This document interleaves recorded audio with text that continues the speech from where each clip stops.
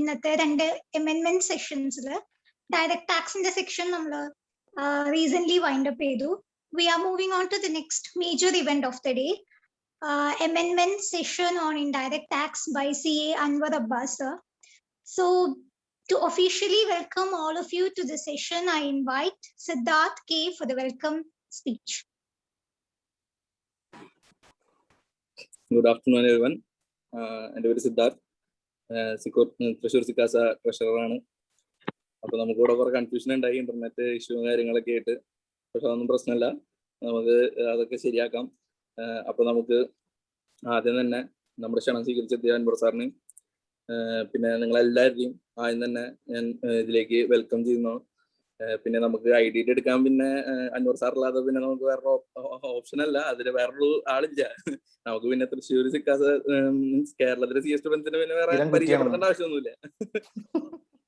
അപ്പൊ ഞാൻ എല്ലാവരുടെ അടുത്തും എർജ് ചെയ്യുന്നു, നിങ്ങളെല്ലാവരും make full use of it.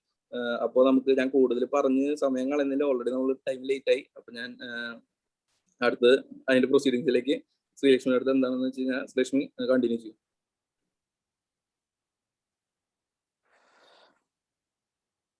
Okay, Siddharth, thank you. Now we have Secretary of Thrissur Sikasa, CA Satish TJ sir, for the presidential address. Sir, please. Thank you, Lakshmi. Good afternoon, everyone. Hello, sir. Am I audible? Yes, sir. Audible. Hello. Yes. Thank you. So, I'm highly privileged to address this webinar as the chairman of Sikasa Thrissur. As you all know, we are going through a severe phase of COVID-19 second wave. We are forced to stay home for a better health and for our family. I know it is very difficult to prepare for exam during these difficult times, but you have to prepare. I congratulate Thrissur Sikasa for conducting this webinar like these for the better preparation of students. I congratulate you, all the members. I also thank our dear faculty Anwar sir for your valuable time. Remember, students, the very purpose of learning is to share the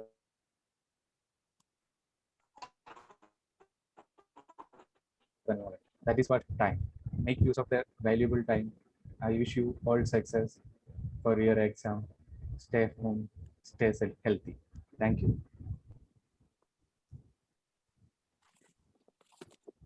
Thank you, sir. അപ്പോൾ നമുക്ക് already technical and certain other issues കാരണം ടൈമിങ്സിലൊക്കെ കുറച്ച് difference വന്നിട്ടുണ്ട്. So with no further delay, we are moving on to the main event of the day. And for that, I'm inviting CA Anwar Abbas sir for the session. Over to you, sir. Thank you, Srilakshmi, and thank you, Satish sir. Ananthu എല്ലാവർക്കും ഉണ്ടല്ലോ അല്ലേ? എല്ലാവരും സുഖമാണ് വിചാരിക്കുന്നു. Covid lockdown ഒക്കെ ആയിട്ട് വീട്ടിൽ തന്നെ അല്ലേ? പിന്നെ നമ്മുടെ IDT സെഷനിൽ തുടങ്ങുന്നതിന് മുമ്പ് ഫേസ് ടു ഫേസ് ആയിരുന്നു പ്ലാൻ ചെയ്തത് അല്ലേ? ഫേസ് ടു ഫേസ്, അതെ, good afternoon. Okay, face to face ആയിരുന്നു നമ്മൾ പ്ലാൻ ചെയ്തത്, പക്ഷെ അൺഫോർച്ചുനേറ്റ്ലി നടന്നില്ല. അപ്പം എല്ലാവരും ഭയങ്കര ഡിസപ്പോയിന്റ് ആണ് വിചാരിക്കുന്നു. കാരണം ICAയുടെ വകയുള്ള ഗീ റൈസും ചിക്കൻ കറിയും മിസ്സായി എന്നുള്ള സന്തോഷം ഉണ്ടാകും, സങ്കടം ഉണ്ടാകുന്ന എല്ലാവർക്കും അല്ലേ? Okay, yes, fine. യെസ്, അതെ, ICAയുടെ സെമിനാറിന് വന്നാൽ ഉച്ചയ്ക്കത്തെ ഹൈലൈറ്റ്. ശരി, അപ്പൊ എന്തായാലും നമ്മൾ ഓൺലൈനിലേക്ക് തുടരാം. പിന്നെ രണ്ടാമത്തത്, എക്സാം മാറ്റിവെക്കൂ എന്നുള്ള ചോദ്യം ഇവിടെ നിരോധിച്ചിരിക്കുന്നു, ബാൻഡാണ്, ആ ചോദ്യം എടുക്കില്ല. ഓക്കെ, സോ നമുക്ക് നേരെ നമ്മുടെ കാര്യത്തിൽ കിടക്കാം അല്ലേ? എല്ലാവരും റെഡി അല്ലേ?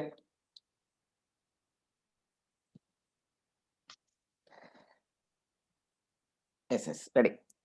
So always ready. അതെ, തുടങ്ങാട്ടോ. ഇവിടെ എന്തോ പ്രിപ്പയർ ചെയ്ത് വെച്ചിട്ടുണ്ടെങ്കിൽ കുറച്ച് കാര്യങ്ങൾ അവിടെ ഉണ്ടല്ലോ. ഇതല്ല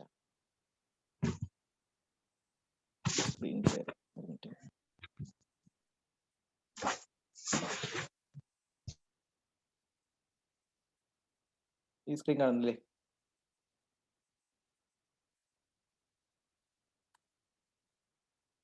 ഈ സ്ക്രീൻ കാണുന്നില്ലേ? ഓക്കെ അല്ലേ?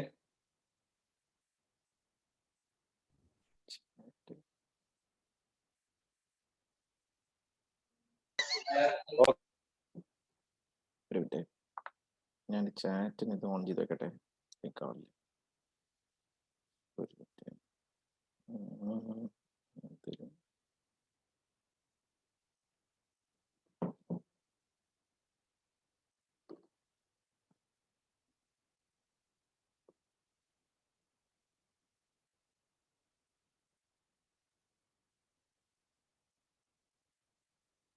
Okay, ready.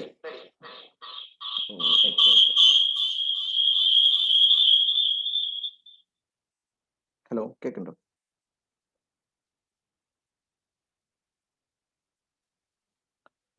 ഓക്കെ അല്ലേ? ഞാൻ ചാറ്റിന് വേറെ ജസ്റ്റ് ഡിവൈസ് ലോഗിൻ ചെയ്താണ്, അതുകൊണ്ടാണ് കേട്ടോ. കേൾക്കണ്ടേ? ഓക്കെ അല്ലേ? തുടങ്ങാം. Okay okay, fine fine. Yes, ശരി ശരി, ഓക്കെ. ഇത് രണ്ടും കൂടെ കാണുന്നില്ല, അതുകൊണ്ടായിരുന്നു. Okay fine.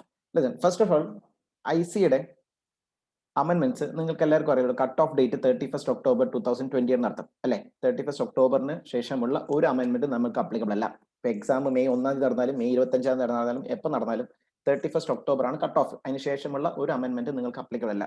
സോ ഈ അമെന്റ്മെന്റ് എല്ലാം കുത്തി നിറച്ച് അല്ലെങ്കിൽ അപ്ഡേറ്റ് ചെയ്തത് എല്ലാം ഓൾമോസ്റ്റ് എല്ലാം അപ്ഡേറ്റ് ചെയ്ത് വെർഷനാണ് ICയുടെ ഓൺലൈനായിട്ട് ബോർഡ് ഓഫ് സ്റ്റഡീസ് പോർട്ടലിൽ കിട്ടുന്ന ICA October 2020 എഡിഷൻ. ക്ലിയർ ആയോ? ICയുടെ ലേറ്റസ്റ്റ് PDF ഇല്ലേ, May 21 എന്നുള്ള ICയുടെ വെബ്സൈറ്റിലുള്ള PDF ആദ്യം ഫോളോ ചെയ്യാം. ഇതിൽ കുറെ ആൾക്കാർ എൻ്റെ ബുക്ക് ഫോളോ ചെയ്യുന്ന ആൾക്കാർ പഴയ ബുക്കുകൾ ഉണ്ടാവും, അല്ലെങ്കിൽ ICയുടെ പഴയ മെറ്റീരിയൽ ടെക്സ്റ്റ് ബുക്ക് പ്രിന്റ് ചെയ്ത് വന്നിട്ടാവില്ലേ, പണ്ടത്തെ 1920 ബുക്കൊക്കെ ഇല്ലേ, 19th മുമ്പുള്ള ബുക്കുകൾ ഉണ്ടാവും. ആ ബുക്കൊക്കെ ഫോളോ ചെയ്യണമെങ്കിൽ എന്താ പറയാ, അത് കുഴപ്പമില്ല, നോക്കിയാൽ കുഴപ്പമില്ല. പക്ഷെ October 2020 മെറ്റീരിയൽ ഫോളോ ചെയ്താണ് ഏറ്റവും നിങ്ങൾക്ക് അനുയോജ്യം. കാരണം വെച്ചാൽ ഒരുപാട് അമെന്റ്മെന്റ്സ് എല്ലാം അപ്ഡേറ്റ് ചെയ്തിട്ടുള്ള ക്വസ്റ്റ്യൻ ആൻസേഴ്സ് എല്ലാം ഈ പറയുന്ന ICയുടെ October 2020 എഡിഷനിൽ അപ്ഡേറ്റഡ് ആണ്. ഇപ്പൊ ക്ലിയർ ആയില്ലേ? അപ്പൊ ഈ ഒരു മെറ്റീരിയലാണ് നിങ്ങൾ നോക്കേണ്ടത്. ഇത്തവണ ഒരു സ്റ്റാറ്റ്യൂട്ടറി അപ്ഡേറ്റ്സും വന്നിട്ടില്ല ICA.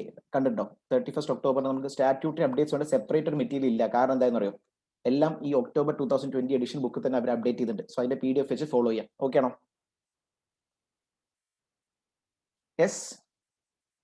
ഞാൻ പറഞ്ഞു നേരത്തെ കട്ട് ഓഫ് ഡേറ്റ് പറഞ്ഞു 31 October 2020. അതിനുശേഷമില്ലേ ഒരുപാട് ടോപ്പിക്കില്ലേ 31 October ശേഷമില്ലേ, റൂൾ 36(4), E-Way ബില്ല്, പിന്നെ ഇൻവോയ്സിങ്, ഇതിലൊക്കെ ഒരുപാട് മാറ്റം വന്നു.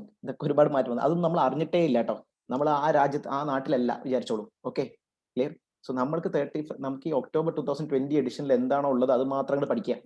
ക്ലിയർ ആയി? അതിനുശേഷമുള്ള റീസെന്റ് ഡെവലപ്മെന്റ്സ് ഒന്ന് നിങ്ങൾ നോക്കുക വേണ്ടതർത്ഥം. ക്ലിയർ ആണോ? അപ്പൊ കുട്ടികൾ കുറെ തെറ്റിദ്ധാരണയുണ്ട്. സാർ ഇത് നമുക്ക് അപ്ലിക്കബിൾ ആണോ, ഈ റേറ്റ് 10 എന്നുള്ളത് 5 ആയോ എന്നൊക്കെ ചോദിക്കുന്നുണ്ട് എന്നോട്. സോ അതൊക്കെയുള്ള മറുപടി ഞാനിപ്പോൾ ഇവിടെ ക്ലാരിഫൈ ചെയ്യാം. ഏതൊക്കെയാണ് നിങ്ങൾക്ക് പഠിക്കേണ്ടതും ഏതാ പഠിക്കേണ്ട എന്നൊക്കെ ക്ലാരിഫൈ ചെയ്യാം. ഓക്കെ,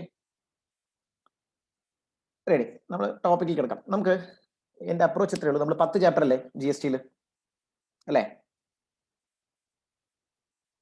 10 ചാപ്റ്ററിൽ ചാപ്റ്റർ വൈസ് വന്ന മാറ്റങ്ങളില്ലേ, ഓരോ ചാപ്റ്ററിൽ വന്ന മാറ്റങ്ങളില്ലേ, അത് നമ്മളിങ്ങനെ പറഞ്ഞു പോകുന്നുണ്ട്. ഓക്കെ, ഓരോ ചാപ്റ്ററിൽ വന്ന മാറ്റങ്ങൾ.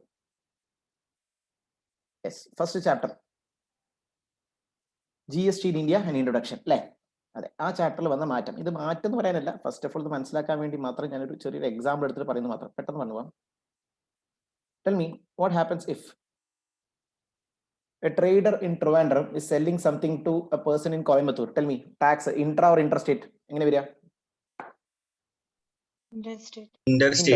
Interstate obviously. So tell me, അങ്ങനെയാണെങ്കിൽ IGST വരണ്ടേ അല്ലേ? IGST വരും, എല്ലാവർക്കും അറിയാം. What happens if Coimbatore the dealer is subsequently selling to Chennai? Coimbatore to Chennai എന്ത് ടാക്സ് വരിക പറയൂ? Intra state. അങ്ങനെയാണെങ്കിൽ എന്ത് ടാക്സ് വരുന്നത്? CGST പ്ലസ് SGST അല്ലേ? അതെ, ഇതെല്ലാവർക്കും കുഞ്ഞു കുട്ടികൾക്ക് അറിയാം അല്ലേ? യെസ്. വാട്ട് ഹാപ്പൻസ് ഇഫ് ചെന്നൈന്ന് ഈ സാധനം ആൻഡമാൻ നിക്കോബാർക്ക് അയച്ചാൽ എന്ത് ടാക്സ് വരും?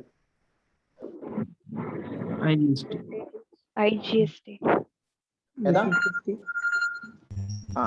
UTGST എന്ന് ചിലർ ഉത്തരം പറയും. അത് തെറ്റാണ്. അതല്ല എന്ന് പറയാൻ വേണ്ടിയിട്ടാണ് ഉദ്ദേശിക്കുന്നത്. UTGST അല്ല.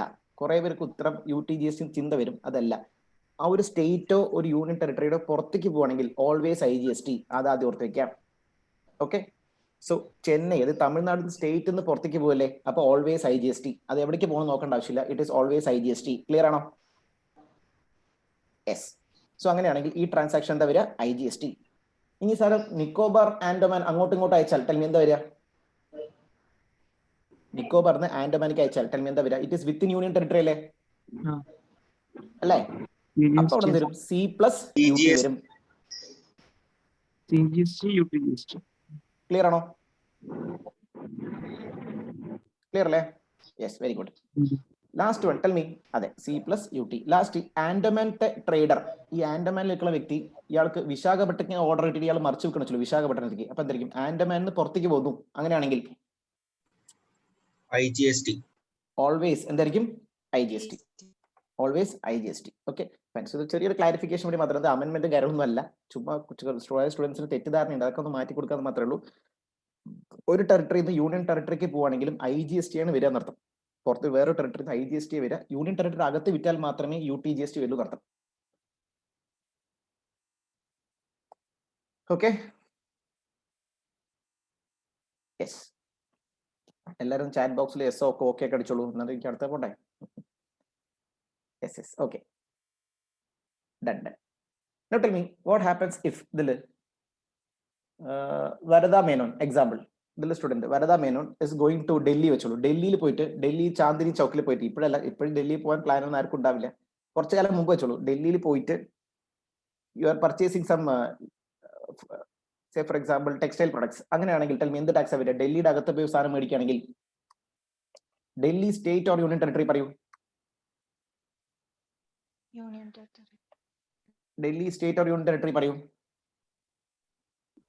Union territory state legislature. Very good, union territory with state government. അങ്ങനെയാണെങ്കിൽ സ്റ്റേറ്റ്, അതെ അതെ, ഫോർ GST പർപ്പസ് ഡൽഹി, അപ്പൊ union territory with state government state legislature ആണെങ്കിൽ വെച്ചോക്കൂ, deemed as a state under GST law. അങ്ങനെയാണെങ്കിൽ ഡൽഹിയുടെ അകത്ത് എന്ത് ടാക്സ് വരിക? CGST പ്ലസ് SGST വരും. ഓക്കെ ആണോ? Yes, sir. Yes, sir. അതെ, അപ്പൊ ഡൽഹി നമ്മൾ ഫസ്റ്റ് പറഞ്ഞു. യെസ്. നെക്സ്റ്റ് സെക്കൻഡ് ഇയർ നിങ്ങൾ ഓഫീസിന് ടൂർ പോയി വെച്ചോളൂ. എവിടേക്കാ? പോണ്ടിച്ചേരി. ഓക്കെ, കുറെ ഡ്രിങ്ക്സ് ഒക്കെ കിട്ടില്ലേ, ഫ്രൂട്ട് ഡ്രിങ്ക്സും അല്ലേ, കുറെ ബീച്ചും കാര്യങ്ങളൊക്കെ ഉണ്ടല്ലോ അല്ലേ. സോ അവിടെ പോയിട്ട് you are purchasing say for example soda. Okay, അച്ചാറൊക്കെ മേടിക്കണം വെച്ചോളൂ എക്സാമ്പിൾ. സോ പോണ്ടിച്ചേരിയുടെ അകത്താണ് നിങ്ങൾ പർച്ചേസ് നടക്കുന്നതെങ്കിൽ tell me Pondicherry state or union ടെറിട്ടറിയിലെ വരിക? Union Territory. Exactly, it is a union territory. For but GST purpose it is a state. ശ്രദ്ധിക്കുക, for GST purpose it is deemed as a state. മനസ്സിലായോ? So അവിടെയും എന്ത് tax വരിക? CGST plus SGST. So Pondicherry, അപ്പൊ ശ്രദ്ധിക്കുക, നിങ്ങൾ union ടെറിട്ടറിയുടെ ഡെഫിനിഷനിൽ text ബുക്കിൽ union ടെറിട്ടറിയുടെ definition നോക്കുമ്പോൾ പോണ്ടിച്ചേരി ഉണ്ടാവില്ല. എന്തുകൊണ്ടാ?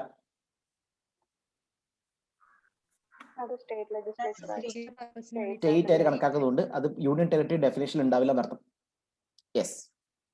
നോ, ഇതൊക്കെ ഞാൻ പറയാനുള്ള കാരണം മൂന്നാമത്തെ ഒരു ടോപ്പിക്കിൽ എത്തിക്കാൻ വേണ്ടി മാത്രമാണ്. Tell me what happens if you are going to third year, you are going to tour വെച്ചോളൂ. എവിടേക്കാ വെച്ചാൽ ജമ്മു ആൻഡ് കാശ്മീർ. ജമ്മു ആൻഡ് കാശ്മീരിലെ ടൂർ പോകുന്നു വെച്ചോളൂ. Jammu and Kashmir tell me state legislation ഉണ്ടോ? യെസ്, ജമ്മു ആൻഡ് കാശ്മീരും ഇതേ കാറ്റഗറി വരെ നടത്തും. യൂണിയൻ ടെറിട്ടറി ആണ് വിത്ത് സ്റ്റേറ്റ് ഗവൺമെന്റ്. പണ്ട് reorganisation of Jammu and Kashmir ഒക്കെ നടന്നില്ലേ, അതിനുശേഷം രണ്ട് ടെറിട്ടറി ആയിട്ട് ഡിവൈഡ് ചെയ്തു, ജമ്മു ആൻഡ് കാശ്മീരും ലഡാക്കും. ജമ്മു ആൻഡ് കാശ്മീരും ലഡാക്കും. അതൊക്കെ ഞാൻ ഇതൊക്കെ പറഞ്ഞുതരാം, ഡീറ്റെയിൽ പറഞ്ഞുതരാം. So please understand. ആദ്യം ജമ്മു ആൻഡ് കാശ്മീർ എന്നുള്ള territory union territory with state government ആയതുകൊണ്ട് ജമ്മു ആൻഡ് കാശ്മീരിൽ C+SGST ആണ് വരുന്നർത്ഥം. JNKയിൽ C+S ആണ് വരുന്നർത്ഥം. ഇത് മൂന്നും ഓക്കെ അല്ലേ? സിമ്പിൾ അല്ലേ? യെസ്. ഇനി ആലോചിക്കൂ, Jammu and Kashmir. Yes, correct. Jammu and Kashmir tell me രണ്ടായിട്ട് റീഓർഗനൈസേഷൻ ചെയ്ത ശേഷം പറയൂ, ജമ്മു ആൻഡ് കാശ്മീരിന്റെ എന്താ പറയാ, eastern side, western side. Okay fine, listen. So ഈ സൈഡ് നോക്കൂ, ഈ സൈഡ് വിത്ത് സ്റ്റേറ്റ് ഗവൺമെന്റ് ആണ്. സോ ജമ്മു ആൻഡ് കാശ്മീരിന്റെ അകത്ത് നിങ്ങൾ സാധനം മേടിക്കുകയാണെങ്കിൽ അത് സ്റ്റേറ്റ് ആയിട്ട് കണക്കാക്കും. അങ്ങനെയാണെങ്കിൽ എന്ത് ടാക്സ് വരിക? C+S. ഈ ലഡാക്ക് എന്നുള്ള ഭാഗമില്ലേ, ലഡാക്ക് എന്നുള്ള ഭാഗം tell me without state government എന്നർത്ഥം. അങ്ങനെയാണെങ്കിൽ എന്തായാലും കണക്കാക്കും? Union territory. Union Territory. Exactly, union territory. So അങ്ങനെയാണെങ്കിൽ ലഡാക്കിന്റെ അകത്ത് പോയിട്ട് ഒരു ബോട്ടിൽ പെപ്സി മേടിക്കുകയാണെങ്കിൽ എന്ത് ടാക്സ് വരിക? CGST C plus UT. C plus UT. Very good. C plus UT. Clear അല്ലേ? യെസ്. ഇനി ICA ചോദിക്കുന്നത് ഇങ്ങനെ ആയിരിക്കില്ല, ലഡാക്കത്തെ ഒരാള് ജമ്മു ആൻഡ് കാശ്മീർക്ക് ഒരു സാധനം അയച്ചാൽ എന്ന് പറയും. അപ്പൊ ആകെ കൂടെ കൺഫ്യൂഷൻ ആയല്ലോ സാർ. അപ്പൊ ഒരാൾ പറയും അങ്ങനെ വിൽക്കില്ല എന്നല്ലേ. ലഡാക്കത്തെ ഒരു വ്യക്തി ജമ്മു ആൻഡ് കാശ്മീർക്ക് ഒരു സാധനം അയച്ചാൽ ടൈം എന്ത് ടാക്സ് വരിക? നേരത്തെ പറഞ്ഞ ലോജിക് അപ്ലൈ ചെയ്യൂ. എക്സാക്ട്ലി. ആ ടെറിട്ടറി വിട്ട് പുറത്തു പോയല്ലേ? എക്സാക്ട്ലി. ആ ടെറിട്ടറി വിട്ട് പുറത്തു പോയല്ലേ? So IGST. കറക്റ്റ്. സോ ഇങ്ങോട്ടും ആണെങ്കിൽ എന്ത് ടാക്സ് വരിക? IGST. കണ്ടോ? ക്ലിയർ ആണ്?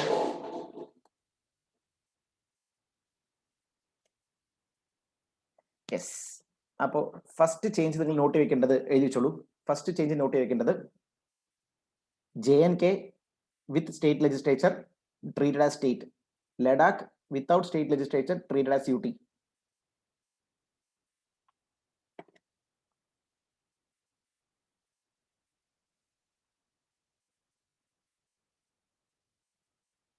ഫസ്റ്റ് പോയിന്റ് എഴുതിയോ? നോട്ട്ബുക്കിൽ എഴുതി പ്രാക്ടീസ് ചെയ്യട്ടെ എല്ലാവരും. കുറെ ആൾക്കാർ ഇങ്ങനെ കണ്ടു നോക്കിയിട്ട് ഓക്കെ ഞാൻ പറഞ്ഞത് ശരിയാണോ നോക്കാൻ ഓഡിറ്റ് ചെയ്യാനും ഒക്കെ ഇരിക്കുന്നുണ്ടാവും. കുഴപ്പമില്ല, എല്ലാവരും നോട്ട്ബുക്കിൽ എഴുതാട്ടോ. മടിയും കാര്യങ്ങളൊക്കെ മാറ്റി വെക്കുക. CA ഉണ്ടോ അങ്ങനെ പറയേണ്ട ആവശ്യമില്ല, എല്ലാം സ്റ്റുഡൻസ് ആണെന്ന് എനിക്കറിയാം. യെസ്.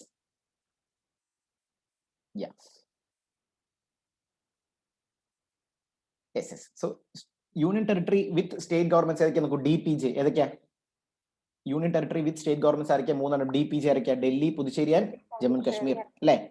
ബാക്കിയുള്ള ആൾക്കാരൊക്കെ വിത്തൗട്ട് സ്റ്റേറ്റ് ഗവൺമെന്റ്സ് അല്ലേ? യെസ്. പിന്നെ ഇത്തവണ വന്നൊരു വലിയൊരു മാറ്റം ഞാൻ പറഞ്ഞു, ഭയങ്കര വലിയൊരു മാറ്റം. ഈ രണ്ടെണ്ണം ഇത് രണ്ട് വേറെ പോയിന്റ് ആയിരുന്നു, ഒന്നാക്കി നടത്താം. ദാദ്ര നഗർ ഹവേലിയും ഡാമൻ ദിയു എന്നുള്ള 2 യൂണിയൻ ടെറിട്ടറിനെ ഗവൺമെന്റ് ഒന്നാക്കി. ഭയങ്കര വലിയ മാറ്റം അല്ലേ? അപ്പൊ അത് ഒരു യൂണിയൻ ടെറിട്ടറി നടത്താം. പണ്ട് 2 ഉണ്ടായിരുന്നു, ഒന്നായി. ഓക്കെ. ദാദ്ര നഗർ ഹവേലി ഡാമൻ ദിയു എന്നുള്ളതിനെ 2 ആക്കി. പണ്ട് 2 പോയിന്റ് ആയിരുന്നു, ഇപ്പൊ ആൻഡ് ആക്കി ഒരുമിച്ചാക്കി നടത്താം. കാര്യമില്ല, അതൊന്നും ചോദിക്കില്ല. അടുത്തേക്ക് പോവാം. ഞാൻ പറയില്ല ഇപ്പൊ ആര് കയറി വന്നു? ലഡാക്ക് കയറി വന്നു. കണ്ടോ?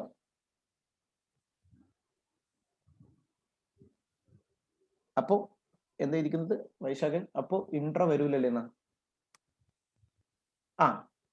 ഇപ്പൊ ദാദ്ര നഗർ ഹവേലി ടു ദാമൻ ദിയു വിറ്റാൽ ഇപ്പൊ ഇൻട്രാ സ്റ്റേറ്റ് സപ്ലൈ വരാൻ നടത്തും. പണ്ട് IGST വരില്ലേ?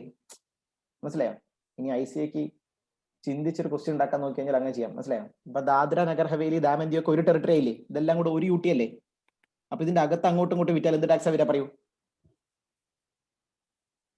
ദാദ്ര നഗർ ഹവേലി എന്നുള്ള യൂണിറ്റ് ടെറിട്ടറി ദാമൻ ഡിയുക്ക് വിറ്റാലും എന്ത് ടാക്സ് വരിക?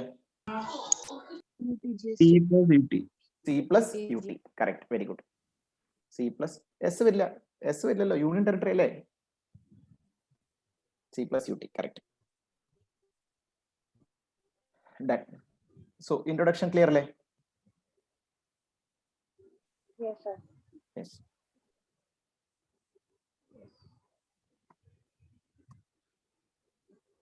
Yes. Next charge of GST chapter 2 ശ്രദ്ധിക്കാട്ടോ. ചാപ്റ്റർ 2 പ്രത്യേകിച്ച് ചേഞ്ചസ് ഒന്നുമില്ല. ക്ലിയർ. പ്രത്യേകിച്ച് ഒരു അമെന്റ്മെന്റ് എന്ന് പറഞ്ഞിട്ടില്ലേ? May 21 അമെന്റ്മെന്റ് നടത്താം. ഞാൻ ആദ്യം May 21 അമെന്റ്മെന്റ് ഫോക്കസ് ചെയ്യുന്നു കേട്ടോ. May 21 അമെന്റ്മെന്റ് ഫോക്കസ് ചെയ്യുന്നു. പിന്നെ November 20 അമെന്റ്മെന്റ്സ് അല്ലേ? ഇതിന് മുമ്പത്തെ അമെന്റ്മെന്റ്സ് അല്ലേ? November 20 വന്ന അമെന്റ്മെന്റ്സ് അല്ലേ? അതാണ് കുറച്ചും കൂടെ എന്താ പറയാ കോംപ്ലിക്കേറ്റഡ് എന്ന് പറയില്ല, കുറച്ചും കൂടി ഇൻട്രസ്റ്റിംഗ്. ഓക്കെ. November 20 കുറച്ചും കൂടെ ഡീറ്റെയിൽ ആയിട്ടുള്ള അമെന്റ്മെന്റ്സ് വന്നിരിക്കുന്നത്. May 21 കുറച്ച് അമെന്റ്മെന്റ്സേ ഉള്ളൂ, കുറച്ചേ ഉള്ളൂ. ഓക്കെ. കുറച്ച് പഠിക്കാൻ കോംപ്ലിക്കേഷൻ അല്ല, ഞാൻ നേരത്തെ പറഞ്ഞ ഇൻട്രസ്റ്റിംഗ് ആയിട്ടുള്ള അമെന്റ്മെന്റ്സ് ഒക്കെ ഉള്ളത് November 20 ഇതിന് മുമ്പത്തെ അറ്റംപ്റ്റ്. May 21 കുറച്ച് അമെന്റ്മെന്റ്സേ ഉള്ളൂ, പക്ഷേ എക്സാമിന് ടെസ്റ്റ് ചെയ്യുമ്പോൾ അതും കൂടെ വരുമല്ലോ. ഓക്കെ. യെസ്. അപ്പൊ ആദ്യം ഞാൻ May 21 അമെന്റ്മെന്റ്സിക്ക് ആദ്യം ഫോക്കസ് കൊടുക്കുന്നുണ്ട് കേട്ടോ. സോ സപ്ലൈ എന്നുള്ള ചാപ്റ്ററിൽ കാര്യമായിട്ട് മാറ്റമൊന്നുമില്ല. Charge of GST. Listen, charge of GST എന്നുള്ള 3ാം ചാപ്റ്ററിലേക്ക് വരാം. അപ്പൊ നിങ്ങൾക്ക് ഞാൻ ചാപ്റ്റർ വൈസ് പറയുന്നത് അതായത് ടെക്സ്റ്റ് ബുക്കിൽ ICAയുടെ PDF എടുത്ത് നോക്കുമ്പോഴേ അതായത് മെറ്റീരിയൽ ഞാൻ നോക്കുമ്പോൾ പെട്ടെന്ന് റെഫർ ചെയ്യാനാണ് ഞാൻ ഈ പറഞ്ഞ ICAയുടെ ടെക്സ്റ്റ് തന്നെ ഫോളോ ചെയ്യുന്നത്. നോക്കാം. യെസ്. എല്ലാവർക്കും അറിയുന്ന ഒരു പ്രൊവിഷൻ ആണല്ലോ റിവേഴ്സ് ചാർജ് അല്ലേ?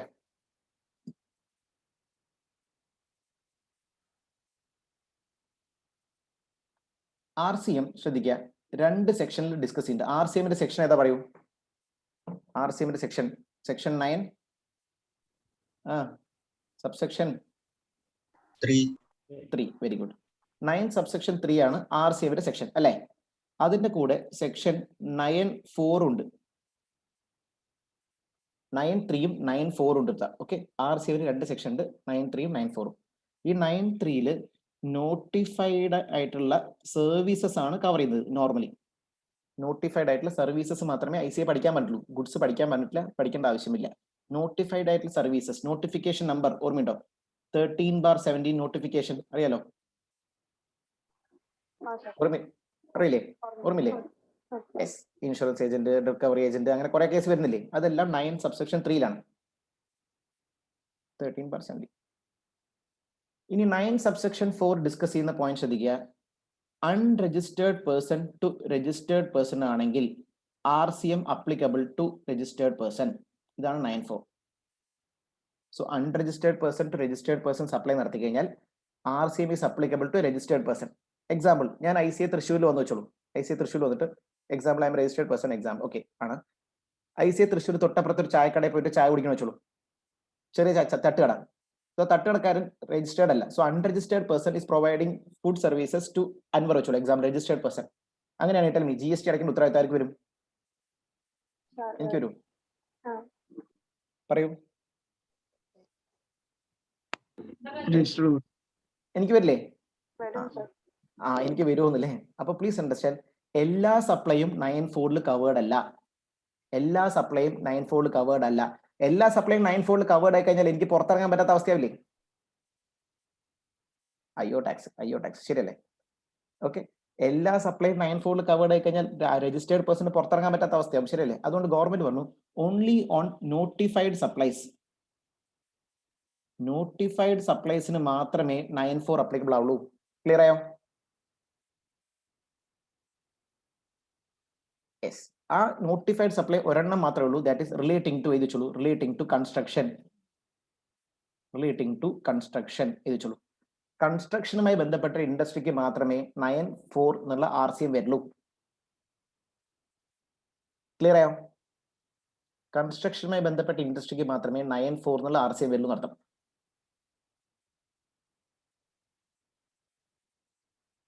ക്ലിയർ? യെസ്. ക്ലിയർ. ഓക്കെ. അപ്പൊ 9(4) കൺസ്ട്രക്ഷൻ ഇൻഡസ്ട്രി മാത്രം ഞാൻ പറയില്ല. അപ്പൊ എക്സാം ഒന്ന് ശ്രദ്ധിക്കുക. Vaisakh is supplier of steel വെച്ചോളൂ. സ്റ്റീൽ ടു ആർക്കാ? Asset homes. Tell me, asset homes registered or unregistered? എന്തായിരിക്കും? അസറ്റ് ഹോംസ് എന്തായിരിക്കും? Registered. Whether this activity is relating to construction, yes or no? Yes. Construction alle? Yes. Sorry,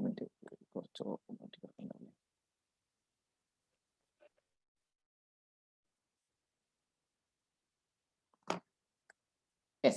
കൺസ്ട്രക്ഷനുമായി ബന്ധപ്പെട്ടതായതുകൊണ്ട് it is covered under section 9 subsection 4.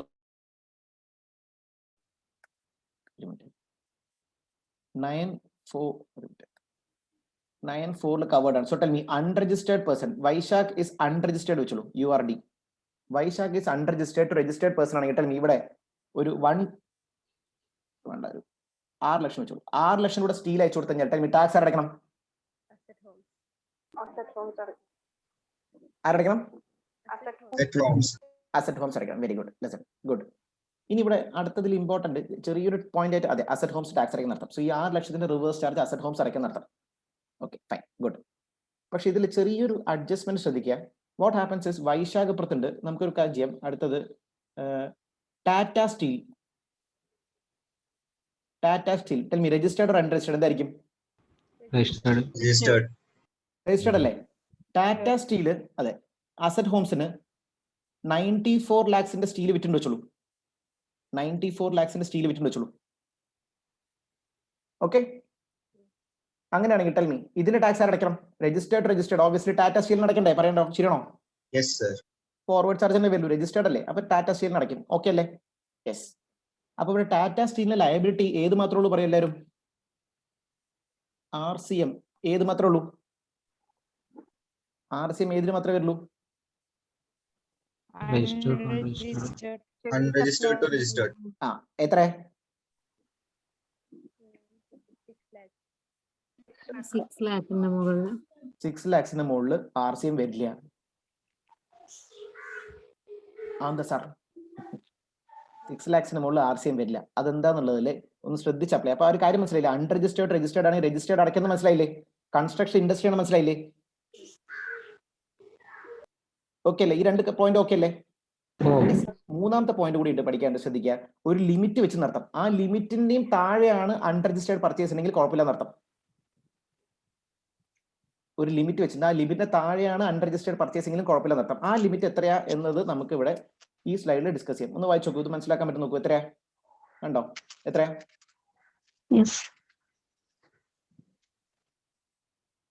80% of it. 80% input പറയുമ്പോൾ steel വെച്ചോളൂ. From ആരെന്നാ? Registered. Registered person. So 80%-നെക്കാട്ടും കൂടുതൽ, tell me, 80%-നെക്കാട്ടും കൂടുതൽ ഉണ്ടോ ഇല്ലയോ സോർണോ പർച്ചേസ് രജിസ്റ്റേർഡ് പേഴ്സൺ? കമോൺ, ശരിയല്ലേ? 80% കൂടുതലും രജിസ്റ്റേർഡ് പേഴ്സൺ ഇല്ലേ? യെസ്. അപ്പൊ ബാക്കി എത്രയേ ഉള്ളൂ? 20 താഴെയല്ലേ? 6% അല്ലേ? അവർ പൊക്കോട്ടെ നടത്താം. അതിന് റിവേഴ്സ് ചാർജ് അടയ്ക്കേണ്ട. ആ റിവേഴ്സ് ചാർജ് ഇവിടെ RCM അടയ്ക്കേണ്ട ആവശ്യമില്ല നടത്താം. സോ പറഞ്ഞു വരുമ്പോൾ 6 ലക്ഷത്തിന്റെ ടാക്സ് വൈശാഖും അടയ്ക്കേണ്ട ആവശ്യമില്ല, അസറ്റ് ഹോംസും അടയ്ക്കേണ്ട ആവശ്യമില്ല. ക്ലിയർ ആയോ? Yes, sir, it's clear. Clear ആയോ? Yes, yes, fine. ഇതിൽ ചെറിയൊരു ചേഞ്ച് കൂടി വരുത്തട്ടെ. ഇത് എക്സാമിന് ചോദിക്കാൻ ചെറിയൊരു ചാൻസ്. ടൈസ് ടെക്സ്റ്റ് ബുക്കിൽ കൊടുത്ത് അവർ ഡീറ്റെയിൽ ആയി കൊടുത്തിട്ട് പറഞ്ഞു ഇത് ചെറിയതായിട്ട് ഇത് മാത്രം പഠിച്ചാൽ മതി പറഞ്ഞിട്ട് കേട്ടോ. ഞാൻ അല്ലെങ്കിൽ അടക്കില്ല എന്നല്ല Vaisakh. Okay, so I repeat once again, 80% limit apply ചെയ്യുന്നത്. അപ്പോൾ എഴുതി വെച്ചോളൂ, അൺരജിസ്റ്റേർഡ് രജിസ്റ്റേർഡ്. ഈ എക്സാംസ് ഒന്ന് എഴുതി വെച്ചിട്ട് unregistered registered, RCM not applicable. Unregistered registered എഴുതി വെച്ചോളൂ, RCM not applicable.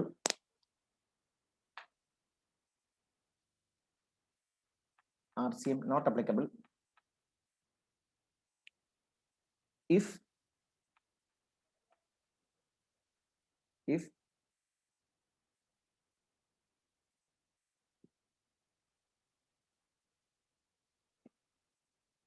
builder construction promoter എന്നുള്ള വ്യക്തിയിലെ builder അല്ലെ promoter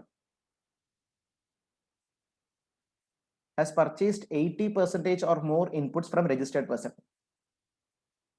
Has purchased 80% or more from registered person.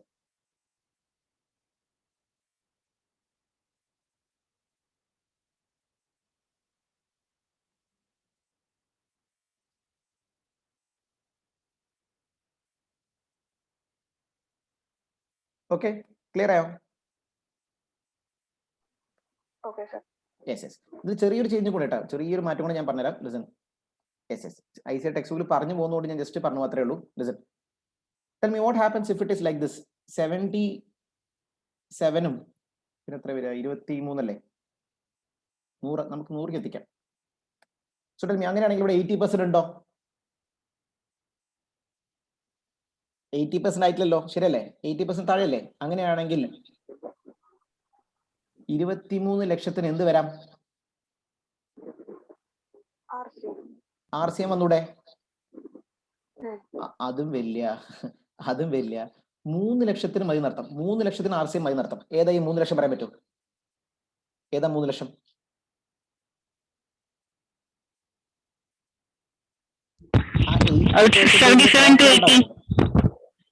അതെ, 80%-ന്റെ ഷോർട്ട് ഫോൾ ഉണ്ടാവില്ല. ഇവിടെ 80% ആവാൻ എത്ര കുറവ്? 3 ലക്ഷം അല്ലേ? ആ 3 ലക്ഷത്തിന്റെ കറക്റ്റ് 3 ലക്ഷത്തിന്റെ റിവേഴ്സ് ചാർജ് അടച്ചാൽ നടത്താം. സോ വൈശാഖിന്റെ 23 ലക്ഷത്തിൽ 3 ലക്ഷത്തിന് മാത്രം റിവേഴ്സ് ചാർജ് അടച്ചാൽ നടത്താം. മനസ്സിലാവുണ്ടോ? ക്ലിയർ ആണോ? Yes, sir. Yes, sir. Yes. So ഇതും കൂടെ ടെക്സ്റ്റ് ബുക്കിൽ പ്രൊവിഷൻ ഉണ്ട്, ശ്രദ്ധിക്കാം. നോക്കൂ, in case of short fall ആണെങ്കിൽ to the extent of short fall 80% അടയ്ക്കാൻ നടത്താം. To the extent of short fall. അപ്പൊ 75% രജിസ്റ്റേർഡ് പെർസെന്റേജ് പർച്ചേസ് ഉണ്ടെങ്കിൽ പറയൂ. 75% രജിസ്റ്റേർഡ് പേഴ്സൺ പർച്ചേസും 25 അൺരജിസ്റ്റേർഡ് ആണെങ്കിൽ പറയൂ എന്ത് ചെയ്യണം? 3 lakhs 75 75 ആണെങ്കിൽ 5 ലാഖിന് RCM അടച്ചാൽ മതി അർത്ഥം. ക്ലിയർ ആണോ? ഓക്കെ അല്ലേ? യെസ്. അപ്പൊ ഇത് ICA ടെക്സ്റ്റ് ബുക്കിൽ ചുമ്മാ ജസ്റ്റ് ഒരു കുറച്ച് പോയിന്റ്സ് പറഞ്ഞു പോകുന്നുണ്ട്. അപ്പൊ ഇത് അത്ര ശ്രദ്ധിച്ചിട്ടുണ്ടാവില്ല വിചാരിക്കുന്ന സ്റ്റുഡൻസ്. സോ അതുകൊണ്ട് എടുത്തു മാത്രം. ഓക്കെ ആണോ? സോ അപ്പൊ സർ 80% കൂടിയാലും മാത്രം ആ ഫുൾ എമൗണ്ടിന് RCM അപ്ലിക്കബിൾ ആവുള്ളൂ, അല്ലാന്നുണ്ടെങ്കിൽ ആ ഒരു ജസ്റ്റ് എക്സ്റ്റെൻഡ് വരെ മാത്രം RCM അപ്ലിക്കബിൾ ആവുള്ളൂ. അല്ലല്ല, 80% മുകളിലാണെങ്കിൽ അടക്കേ വേണ്ട പറഞ്ഞേ, ശരിയാണോ? അല്ല, അപ്പൊ നിങ്ങൾക്ക് ഒരു കാര്യം ചെയ്യാം. ചാർട്ട് ഞാൻ ജസ്റ്റ് പറഞ്ഞുതരാം. ലിസൺ, ബിൽഡർ ഉണ്ടാവില്ലേ, ബിൽഡർ അല്ലേ, 2 ഡിവൈഡ് ചെയ്യാം.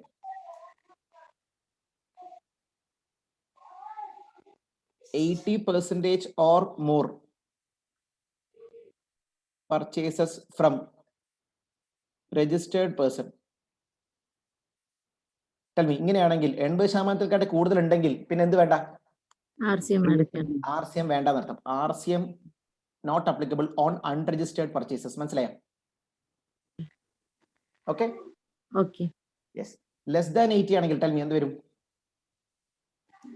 ജസ്റ്റ് എക്സ്റ്റെൻഡ് വരെയല്ലേ? എക്സാക്ട്ലി. ലെസ് ദാൻ 80 ആണെങ്കിൽ RCM അപ്ലിക്കബിൾ ഓൺ ഏതിന്റെ മുകളിൽ? അപ്ലിക്കബിൾ ഓൺ ഏതിന്റെ മുകളിൽ മാത്രം മതി? To the extent of shortfall വരെ. Shortfall. To the extent of shortfall. ഇപ്പൊ ക്ലിയർ ആയോ? ക്ലിയർ ആയി. ഓക്കെ. ഇപ്പൊ ക്ലിയർ ആയി. ഓക്കെ. അപ്പൊ ആലോചിക്കൂ, മിക്കവാറും നിങ്ങൾ ആലോചിക്കൂ, ഈ അസറ്റ് ഹോംസ് കോൺഫിഡന്റ് ഗ്രൂപ്പ് ഒക്കെ ഇല്ലേ? യെസ്. ശോഭ ഡെവലപ്പേഴ്സ്, അങ്ങനത്തെ കമ്പനീസ് ഇല്ലേ, സ്കൈലൈൻ, അവരൊക്കെ പർച്ചേസസ് ശ്രദ്ധിക്കുക. From most of the purchase ഇല്ലേ, സ്റ്റീൽ സിമെന്റ് ഒക്കെ രജിസ്റ്റേർഡ് ആയിരിക്കും അൺരജിസ്റ്റേർഡ് ആയിരിക്കും? കൂടുതലും രജിസ്റ്റേർഡ് ആയിരിക്കില്ലേ? ITC ക്ലെയിമിനൊക്കെ വേണ്ടിയിട്ട് ബുക്സ് ഓഫ് അക്കൗണ്ട്സ് ഒക്കെ മെയിൻറ്റെയിൻ ചെയ്യേണ്ടവരെ. യെസ്. അപ്പൊ രജിസ്റ്റേർഡ് ആകുമ്പോൾ ഒരു 100 ലക്ഷത്തില് എക്സാമ്പിൾ 95 ലക്ഷമോ 96 ലക്ഷമോ രജിസ്റ്റേർഡ് മേടിച്ചാൽ 4-5 ലക്ഷം അൺരജിസ്റ്റേർഡ് മേടിച്ചാലും കുഴപ്പമില്ല എന്നർത്ഥം. ക്ലിയർ അല്ലേ?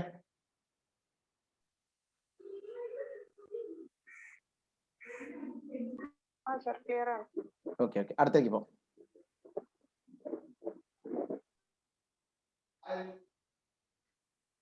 യെസ്, അടുത്തേക്ക് പോവാം. അടുത്തത് അടുത്തേക്കുള്ളൂ. Reverse charge mechanism notification number 13/17 വന്ന അമെന്റ്മെന്റ് എഴുതിക്കോളൂ. നോട്ടിഫിക്കേഷൻ നമ്പർ 13/17 RCM വന്ന അമെന്റ്മെന്റ് എന്നല്ല, ഒരു സർക്കുലർ എന്ന് ചോദിച്ചാൽ മതി.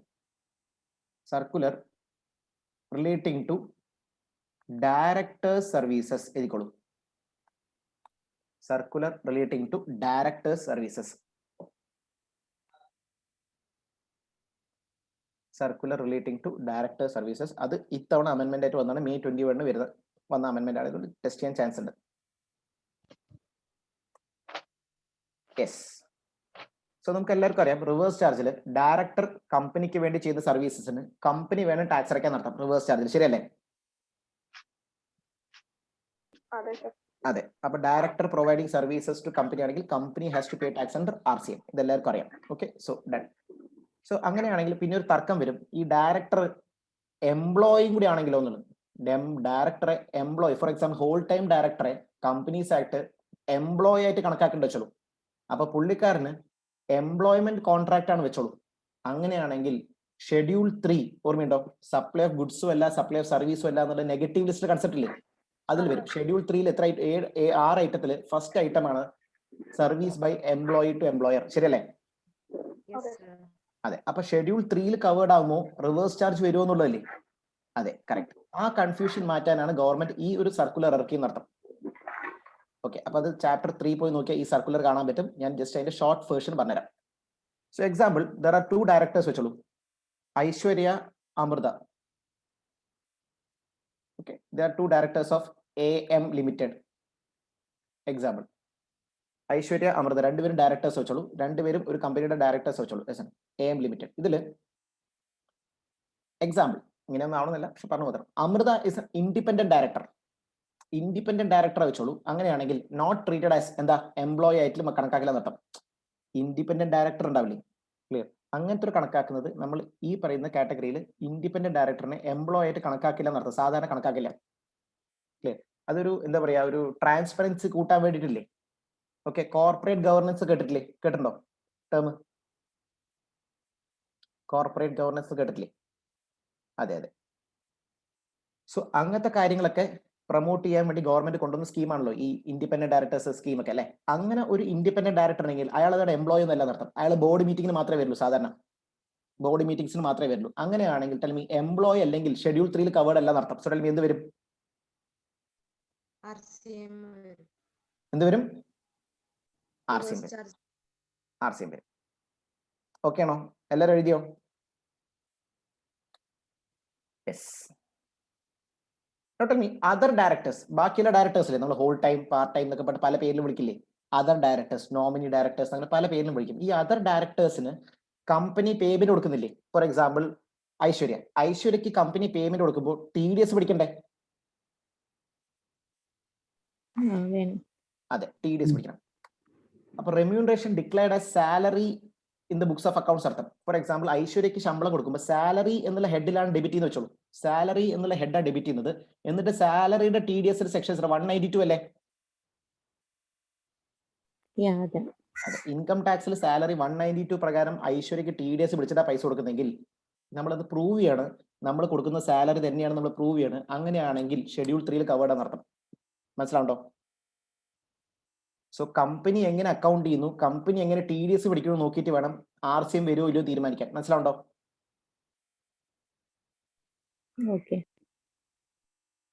യെസ്. സോ അടുത്ത ഓപ്ഷൻ പറയൂ, എങ്ങനെയായിരിക്കാം ഇതിന്റെ റൈറ്റ് സൈഡ് ഓപ്ഷൻ? എന്തായിരിക്കാം? Other than salary, professional service പോലെ അക്കൗണ്ട് ചെയ്യുന്ന വെച്ചോളൂ. സാലറി അല്ലാതെ അക്കൗണ്ട് ചെയ്യണമെങ്കിൽ ടെൽ മീ പ്രൊഫഷണൽ സർവീസ് ആണെങ്കിൽ പിന്നെ ഏത് സെക്ഷനാണ് കോട്ട് ചെയ്യേണ്ടത്? TDS ഏത് സെക്ഷൻ വരെ? പ്രൊഫഷണൽ സർവീസിന് 190 194J. അതെ, 194J professional service. Audit accounts ഒക്കെ വരില്ലേ, ചാർട്ട് അക്കൗണ്ട്സ് ഒക്കെ വരില്ലേ? 194J. Very good. അതെ അതെ. അപ്പൊ കമ്പനി അമൃതയ്ക്ക് പൈസ കൊടുക്കുന്ന സമയത്ത്, അല്ലെങ്കിൽ കമ്പനി ഐശ്വര്യക്ക് പൈസ കൊടുക്കുന്ന സമയത്ത് എക്സാമ്പിൾ 194Jയില് 10% എപ്പോൾ TDS വരുന്നത്? ശരിയല്ലേ? 10 7.5 ആക്കി പിന്നെ അല്ലേ? ഓക്കെ, അത്രയും TDS പിടിച്ചിട്ടാ പൈസ കൊടുക്കുന്നെങ്കിൽ ടെൽമി അപ്പൊ കമ്പനി ഇത് അക്കൗണ്ട് ചെയ്യുന്നത് സാലറി ആയിട്ട് അല്ല വെച്ചോളൂ. കമ്പനി സാലറി ആയിട്ട് അല്ല അക്കൗണ്ട് ചെയ്യുന്നെങ്കിൽ ടെൽമി അങ്ങനെയാണെങ്കിൽ പിന്നെ എന്ത് വരാം?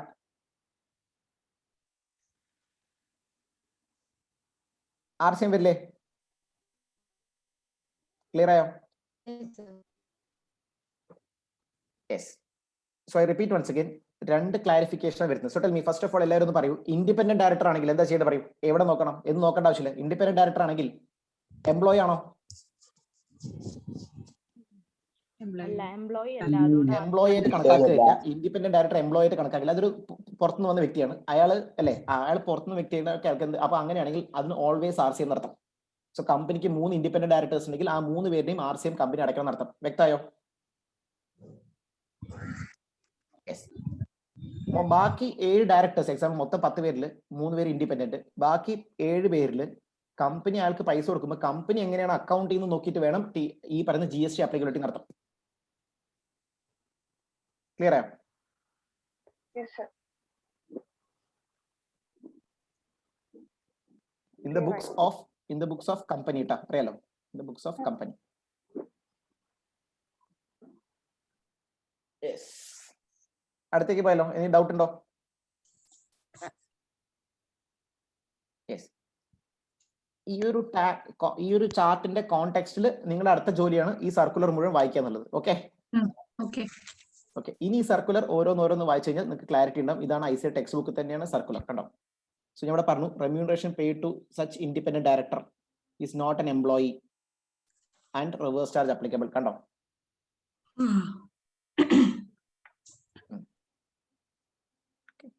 രണ്ട് കാറ്റഗറി ഉണ്ട്, contract of services, contract for services, രണ്ട് കാറ്റഗറി ഉണ്ട്. സോ ഇതിൽ ഒരു ഗവൺമെന്റ് ക്ലാരിഫൈ ചെയ്തിട്ടുണ്ട്. 194J ആണോ 192 ആണെങ്കിൽ സാലറി അല്ലേ, അങ്ങനെയാണെങ്കിൽ RCM വരില്ല എന്നർത്ഥം. 194J ആണെങ്കിൽ RCM അപ്ലിക്കബിൾ. ശരിയാണോ? ഇത്രയേ ഉള്ളൂ. യെസ്. സോ നോട്ട് ചെയ്ത് വെച്ചോളൂ, ഈ ഒരു സർക്കുലർ ഒന്ന് പഠിക്കണം, എക്സാമിന് ടെസ്റ്റ് ചെയ്യാൻ ചാൻസ് ഉണ്ട്. Next chapter 4 exemption. എക്സംഷൻ എന്നുള്ള ചാപ്റ്റർ അറിയാലോ, ഓൾറെഡി 100 സംതിങ് എക്സംഷൻ വന്നു കഴിഞ്ഞു. 115 കൂടുതൽ എക്സംഷൻ വന്നു കഴിഞ്ഞു. ശരിയല്ലേ? ഇനിയും വളരെയധികം കുത്തി നിറച്ചാൽ മോശമല്ലേ എന്ന് പറഞ്ഞിട്ട് അവർ ഇത്തവണ അത്ര ഒന്നും ആഡ് ചെയ്തിട്ടില്ല. ഓക്കെ, ഇത്തവണ എക്സംഷൻ വന്ന ഒരു മെയിൻ ഏരിയ മാത്രം ഞാൻ ജസ്റ്റ് പറഞ്ഞു പോവാം. Tell me.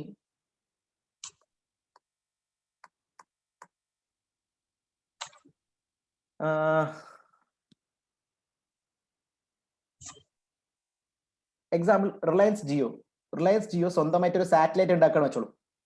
റിലയൻസ് ജിയോ സ്വന്തമായിട്ട് ഒരു സാറ്റലൈറ്റ് ഉണ്ടാക്കിയിട്ട് ആ സാറ്റലൈറ്റ് മറ്റേ അറ്റ്മോസ്ഫിയർ സ്പേസിലേക്ക് അയക്കണ്ടേ? സ്പേസിലേക്ക് അയക്കാൻ നമുക്കറിയാലോ PSLV കേട്ടില്ലേ, സാറ്റലൈറ്റ് ലോഞ്ചിങ് വെഹിക്കിൾസ് ഒക്കെ അല്ലേ? സോ അങ്ങനത്തെ ആൾക്കാരെ സപ്പോർട്ട് എടുക്കണ്ടേ? ശരിയല്ലേ? ഒരു സാറ്റലൈറ്റ് ഉണ്ടാക്കിയ ശേഷം അവർക്ക് ടെലികമ്മ്യൂണിക്കേഷൻ പർപ്പസിന് സാറ്റലൈറ്റ് സ്പേസിലേക്ക് അയക്കാൻ, ഓക്കെ, സ്പേസ് ഇത് ഉണ്ടാക്കാൻ പറ്റില്ലല്ലോ. അതുകൊണ്ട് അവരെന്ത് ചെയ്യും? ISRO പോലത്തെ ടീം ഉണ്ടാവില്ലേ, ISRO അങ്ങനത്തെ ഗ്രൂപ്പിന്റെ അടുത്ത് കൊടുക്കും ഈ സാറ്റലൈറ്റ്. എന്നിട്ട് പറയും സാറേ ഒന്ന് സ്പേസിൽ എത്തിച്ചേരണം അല്ലേ? Clear. So tell me whether that is transportation of goods ആണോ?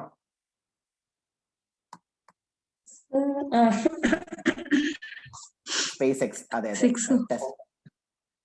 ഞാൻ റിലയൻസിന്റെ എക്സാമ്പിൾ എടുക്കാം. ടെൽ മീ, അങ്ങനെയാണെങ്കിൽ ട്രാൻസ്പോർട്ടേഷൻ ഓഫ് ഗുഡ്സ് ആണോ? Yes or no? അതെ, യെസ്. പണ്ടത്തെ പ്രൊവിഷനിൽ ട്രാൻസ്പോർട്ടേഷൻ ഓഫ് ഗുഡ്സിന്റെ പ്ലേസ് ഓഫ് സപ്ലൈ നിങ്ങൾക്ക് പഠിക്കാനില്ല, ഫൈനലേ ഉള്ളൂ അതിന്റെ എഫക്ട്. പക്ഷെ ജസ്റ്റ് പറഞ്ഞു അതിന്റെ place of supplies destination. So ഇതിന്റെ ഡെസ്റ്റിനേഷൻ എവിടെയാ? ഇന്ത്യയിലാണോ? ഇന്ത്യ ആണോ? അല്ലല്ലോ, ഇത് എവിടേക്കാ പോവല്ലേ ഈ ഗുഡ്സ് അല്ലേ? സ്പേസിക്ക് പോവല്ലേ? സോ അങ്ങനെയൊക്കെ കുറെ തർക്കം വന്ന സമയത്ത് അപ്പൊ ടെൽ മീ, ഇവിടെ ISRO ഈ പറയുന്ന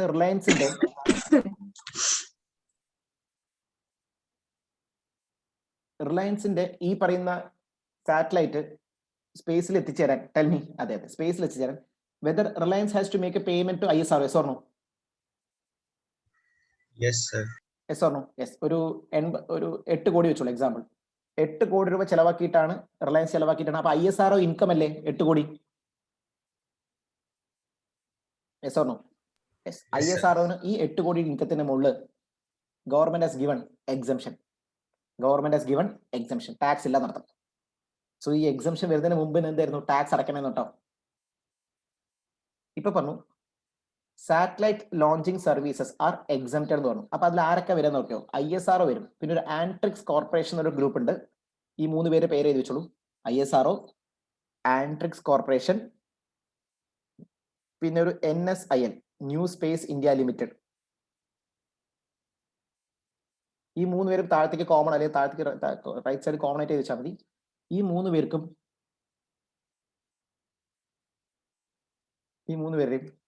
കോമൺ ആയിട്ട് എഴുതുള്ളൂ. Satellite launch services exempted.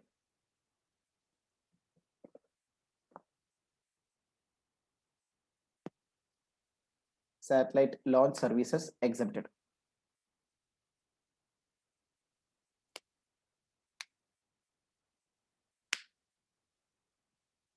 Yes.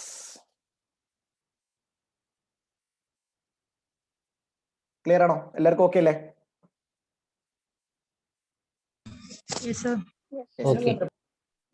So എല്ലാവരും ഒന്ന് ചെറിയൊരു ഷോർട്ട് ആയിട്ട് മനസ്സിലാക്കാൻ ഒന്നുകൂടെ പറയും. 4 പോയിന്റ് നമ്മൾ പഠിച്ചു പുതുതായിട്ട്, ഏകദേശം ഓർമ്മ വരാൻ. Tell me third one please. അതെ, നമുക്ക് ഒന്നുകൂടി നോക്കാം. ഒന്നുകൂടി നമുക്ക് ജസ്റ്റ് റിവൈസ് ചെയ്യാം. ടെൽ മീ, ആദ്യം ഞാൻ പറഞ്ഞു ജമ്മു ആൻഡ് കാശ്മീർ 2 ആയിട്ട് നമ്മൾ റീഓർഗനൈസ് സ്പ്ലിറ്റ് ചെയ്ത ശേഷം JNK എന്നുള്ള portion, tell me, union territory with എന്താ പെട്ടെന്ന് പറയും. State status. അതുകൊണ്ട് നോർമൽ സ്റ്റേറ്റ് പോലെ കണക്കാക്കില്ലേ? അവിടെ CMS Yes, വരില്ലേ? sir. ലഡാക്കിന്റെ അവസ്ഥ എന്താ? Without state legislature. Without state legislature, so treated as union territory. So included under definition of union territory, newly inserted. Okay ആണോ? Yes, sir. അപ്പൊ അവിടെ എന്ത് ടാക്സ് വരിക? C+UT. ഓക്കെ അല്ലേ? എല്ലാവരും ഒന്ന് പാർട്ടിസിപ്പേറ്റ് ചെയ്യട്ടോ. കമന്റ് ബോക്സിൽ വരിക, എന്നാൽ എനിക്ക് മനസ്സിലാവുള്ളൂ. അല്ലെങ്കിൽ വോയിസ് ആയിട്ട് പറഞ്ഞാലും മതി. Very good. അത് നമ്മൾ ആദ്യത്തെ പോയിന്റ് പറഞ്ഞു. രണ്ടാമത്തെ പോയിന്റ് ഓർത്ത് നോക്കൂ. എന്താ പറഞ്ഞത്? RCM കേസ് പറഞ്ഞു. ഏത് 9/4 അല്ലേ? ഞാൻ പറഞ്ഞില്ല, 9/4 അല്ലേ പറഞ്ഞത്? Yes, sir.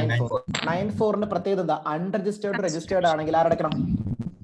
Registered. All supplies or notified supplies? Notified. Notified supply. Which supply is notified? Construction. Relating to construction. Notification number 6 എന്നൊക്കെ ഉണ്ട്, അത് കോട്ട് ചെയ്യേണ്ട ആവശ്യമില്ല. കൺസ്ട്രക്ഷൻ മാത്രമേ നോട്ടിഫൈ ചെയ്തിട്ടുള്ളൂ. അപ്പൊ അങ്ങനെയാണെങ്കിൽ കൺസ്ട്രക്ഷൻ കമ്പനി അടക്കണ്ടേ? കൺസ്ട്രക്ഷൻ കമ്പനിക്ക് പക്ഷെ റിലാക്സേഷൻ എന്താ പറയൂ? 80% or more. 80% or more registered person മേടിച്ചിട്ടുണ്ടെങ്കിൽ പിന്നെ ഈ 94 തലവേദന ഇല്ല. ഓക്കെ ആണോ? 80 ഇപ്പോ 1% കുറഞ്ഞാലോ 79 ആയാലോ? എക്സ്റ്റെൻഡ് വരെ We extend. ഇത് എക്സ്റ്റെൻഡ് 1% ഷോർട്ട് ഫോൾ ഉള്ളൂ. ശ്രദ്ധിക്കാം. 80% പകരം 79 ആണ് അൺരജിസ്റ്റേർഡ്, സോറി 79 രജിസ്റ്റേർഡ് എന്നുള്ളൂവെങ്കിൽ 1% കുറഞ്ഞതിന്റെ 1% RCM അടച്ചാൽ മതി.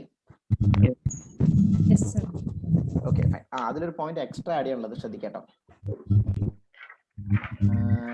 ഓക്കെ ഓക്കെ, ആ ഒരു പോയിന്റിൽ ജസ്റ്റ് ഒരു പോയിന്റ് 94ന്റെ ഒരു അഡീഷണൽ ചെറിയ പോയിന്റ് കൂടി ഇട്ടാ.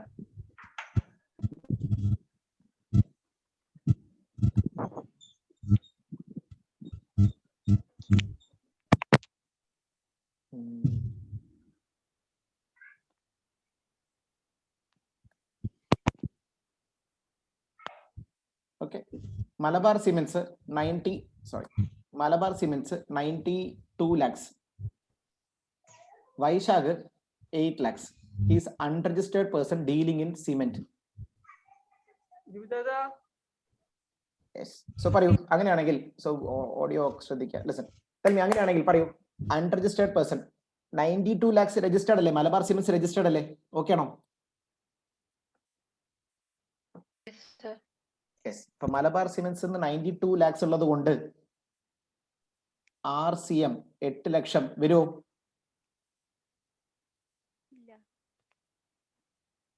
RCM 8 ലക്ഷം 80% മുകളിലാണ് RCM അല്ലെ വരില്ല എന്നുള്ള കൺസെപ്റ്റ് അല്ലേ? പക്ഷെ അതിന്റെ എക്സെപ്ഷൻ ഉണ്ട്, ശ്രദ്ധിക്കുക. ചെറിയൊരു കാര്യം ശ്രദ്ധിക്കുക. എല്ലാ ഗുഡ്സിനും ഈ 80% ലോജിക് ഉണ്ട്, സിമെന്റിന് ഇല്ല. I repeat, സിമെന്റിനില്ല. സിമെന്റിനാണെങ്കിൽ 80% നോക്കണ്ട, എന്തായാലും RCM വരും. മനസ്സിലാവുണ്ടോ? Okay fine. സോ ആ നോട്ടിഫിക്കേഷൻ ഒന്ന് ജസ്റ്റ് ഞാൻ കാണിച്ചു പോവാം.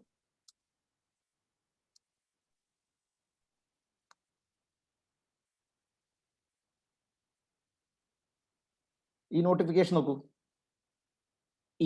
ഇൻപുട്ട് സർവീസസ് എത്ര? 80% പറഞ്ഞില്ലേ? പക്ഷെ ഇത് വായിച്ചോക്കൂ, ഈ പോയിന്റ് എന്താ?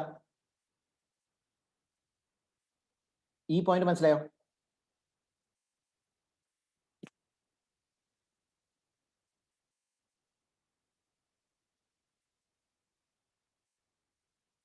ഓക്കെ, ഈ പോയിന്റ് ശ്രദ്ധിച്ചു, മനസ്സിലായോ?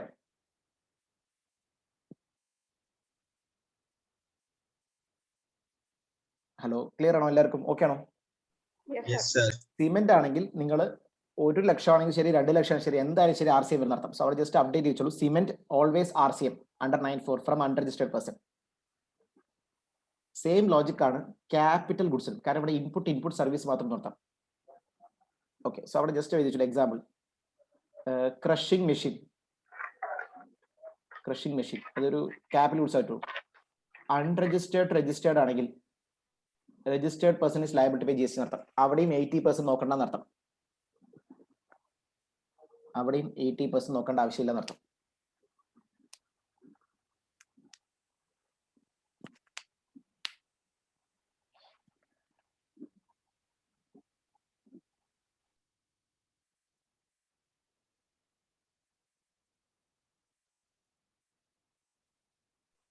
Okay, sir.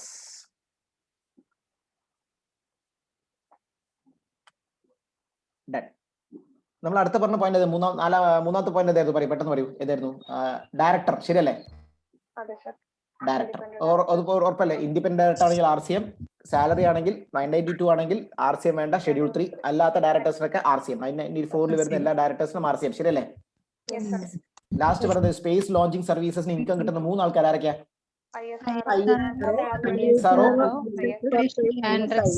കോർപ്പറേഷൻ, NSIL പറഞ്ഞാ ന്യൂ സ്പേസ് ഇന്ത്യ ലിമിറ്റഡ്. ഈ 3 പേർക്കും എക്സെപ്ഷൻ. കറക്റ്റ്, 3 പേർക്കും exception. Yes. So first part is done. ഇനി സെക്കൻഡ് പാർട്ട്. ഇത് ആരുടെ അതൊക്കെ വരച്ചു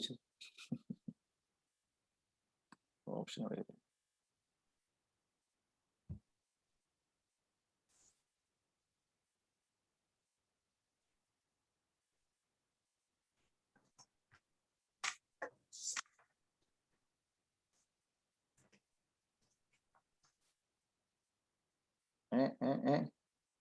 സി എൻഡർ ഇപ്പൊ ശരി കിട്ടില്ല.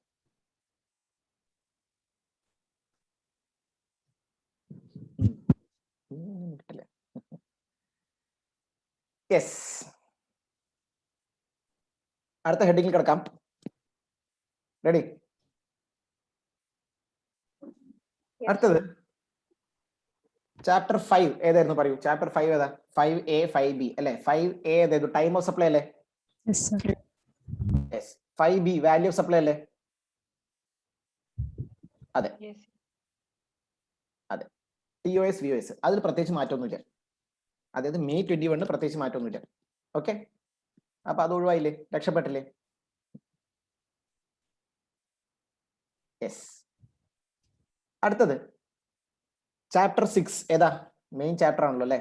ഏതാ? ITC, input tax credit.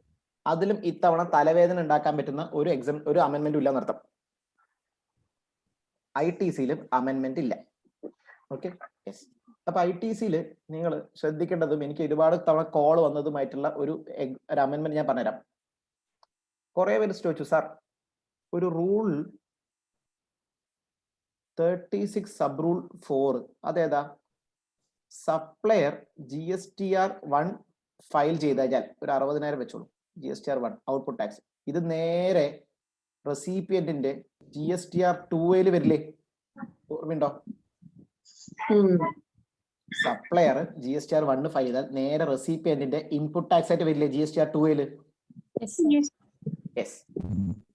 ഇനി ആലോചിച്ച് നോക്കൂ, ഇവിടെ വാട്ട് ഹാപ്പൻസ് ഇഫ്, ലിസൺ, നമ്മൾ പഠിച്ചിട്ടുണ്ട് അവിടെ ഒരു ലിമിറ്റ് പഠിച്ചിട്ടുണ്ട്. സപ്ലയർ ഫയൽ ചെയ്തിട്ടില്ലെങ്കിൽ, ഓർമ്മയുണ്ടോ? സപ്ലയർ ഫയൽ ചെയ്തിട്ടില്ലെങ്കിൽ ആർക്ക് വരില്ല? 2A വരില്ല. ക്രെഡിറ്റ് കിട്ടില്ലെന്നൊക്കെ പഠിച്ചിട്ടില്ലേ? 2B അല്ല കേട്ടോ, 2A. 2B വേറെ ഉണ്ട്. 2B നിങ്ങൾക്ക് പഠിക്കാനില്ല. ഒരു കാര്യം ശ്രദ്ധിക്കുക, GSTR 2B പറ്റി നിങ്ങൾക്ക് പഠിക്കാനില്ല. അത് പ്രാക്ടിക്കലി ചെയ്യുന്നവർക്ക് കുറച്ചൊക്കെ അറിയാം. പക്ഷെ 2B എന്നുള്ള സാധനം എക്സാമിന് കോട്ട് ചെയ്യരുത്. 2A മാത്രം പഠിച്ചാൽ മതി. 2Aയും 3Bയും. Okay, 2A. ഓക്കെ. ഇനി ആലോചിക്കൂ, ഇത് പഠിച്ചിട്ടുണ്ടോ? നിങ്ങൾക്ക് എല്ലാവർക്കും അറിയാം, സപ്ലയർ 1, സപ്ലയർ 2, സപ്ലയർ 3 ഈ 3 പേരിൽ ഒരാൾ ഫയൽ ചെയ്തിട്ടില്ലെങ്കിൽ എന്താവും അറിയോ? എന്താവും? ഇയാള് GSTR 1 ഫയൽ ചെയ്തിട്ടില്ല, അങ്ങനെയൊക്കെയാണെങ്കിൽ നമുക്ക് ലിമിറ്റ് ഉണ്ട്. ഞാൻ ലിമിറ്റിക്കൊന്നും പോകുന്നില്ല, കൂടുതൽ പറയുന്നില്ല. ഒരു 10% ലിമിറ്റ് ഉണ്ട്. പഠിച്ചിട്ടുണ്ടോ? ഓർമ്മയുണ്ടോ? 10% of total available ITC in 2A. Correct. 10% of total available ITC in 2A ഇല്ലേ? എനിക്ക് എടുക്കാവുന്ന ഒരു പോയിന്റ് ഉണ്ട്. അതെ, അത് എത്രയേ ഉള്ളൂ? വന്ന ക്രെഡിറ്റിന്റെ 2Aയിൽ വന്ന ക്രെഡിറ്റിന്റെ 10% വരയ്ക്കും വരാത്ത ക്രെഡിറ്റ് എടുക്കാം. സിമ്പിൾ മലയാളം. ഓക്കെ അല്ലേ? വന്ന ക്രെഡിറ്റിന്റെ 2Aയിൽ നമ്മുടെ കയ്യിൽ വന്ന ക്രെഡിറ്റിന്റെ അതെ 10% വരയ്ക്ക് വരാത്ത ക്രെഡിറ്റ് എടുക്കാം. Or actual ITC whichever is lower. Or actual ITC whichever is lower. Yes. ഇത് സാർ 5% ആക്കിയോ ചോദിച്ചിട്ട് ഒരുപാട് ചോദ്യം വരുന്നുണ്ട്. 5 ആക്കിയോ 5 ആക്കിയത് നിങ്ങൾക്ക് അപ്ലിക്കബിൾ അല്ല നടത്തും. നിങ്ങൾക്ക് 10 തന്നെയാണ്. 5 ഒക്കെ ആക്കിയിട്ട് പക്ഷെ അത് നിങ്ങൾക്ക് അപ്ലിക്കബിൾ അല്ല. സോ എക്സാമിന് ശ്രദ്ധിക്കുക, 10% ഓഫ് 2A എന്ന് മാത്രം എഴുതിയാൽ മതി. അതാണ് വരിക.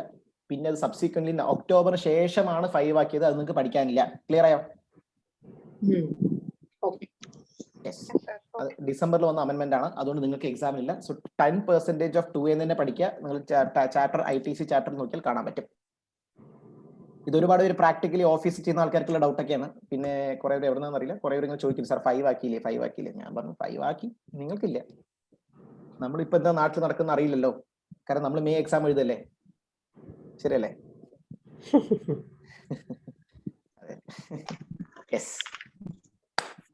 റെഡി? ITC ചാപ്റ്റർ അങ്ങനെ അമെന്റ്മെന്റ് കാര്യമായിട്ടൊന്നും ഇല്ല ഈ മെയ്ക്ക് റിപ്പീറ്റ്. നവംബർക്ക് കുറച്ച് വന്നിട്ടുണ്ടായിരുന്നു. പിന്നെ ഏതാ? ITC കഴിഞ്ഞാൽ അടുത്ത ചാപ്റ്റർ 7 ഏതാ? രജിസ്ട്രേഷൻ. Okay, fine.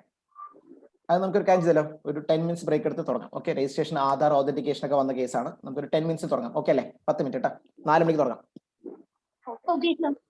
ഓക്കെ, ഒരു ചായ കുടിച്ച് വരൂ.